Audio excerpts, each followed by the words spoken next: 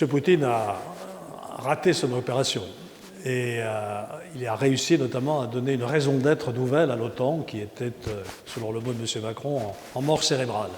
L'OTAN est redevenue attractive puisque la Suède et la Finlande l'ont rejointe. Donc il y a un moment atlantique ou atlantiste, c'est vrai. Mais je pense qu'il y a aussi un moment européen parce que les 27 États membres, avec ici ou là quelques nuances, ont manifesté une très grande unité face à l'agression de M. Poutine contre l'Ukraine. Et je crois que cela ouvre des perspectives pour aller un coup plus loin dans la construction d'une Europe politique, maîtrise de son destin.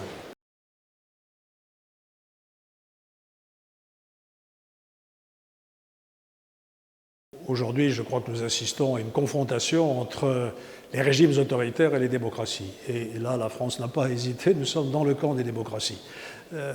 Alors, bien évidemment, il faut que nous soyons attentifs à la position des pays qui n'ont pas condamné finalement la guerre en Ukraine et l'agression russe. Il faut réfléchir aux raisons qui les ont conduits à faire cela et reprendre le dialogue avec eux.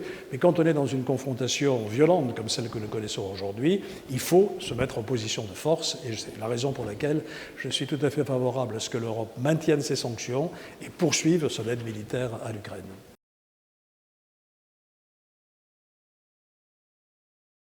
Je ne pense pas que nous ayons à redéfinir notre diplomatie. Nous avons toujours été clairs dans notre volonté de coopération, en particulier avec l'Afrique, dans la nécessité d'inventer un nouveau partenariat avec le continent africain sur une base d'égalité entre le Nord et le Sud. Donc tout cela n'a pas changé. Il ne faut pas non plus ignorer, bien sûr, l'Amérique latine ou le secteur Indo-Pacifique. Donc la France a une diplomatie mondiale, c'est la tradition qui a été maintenue depuis 1945 par tous les régimes successifs, par tous les gouvernements successifs, et tout en tenant compte du grand bouleversement qui a transformé la planète depuis une trentaine d'années, nous devons poursuivre dans cette voie de l'autonomie de la France, dans ses prises de position et dans ses décisions.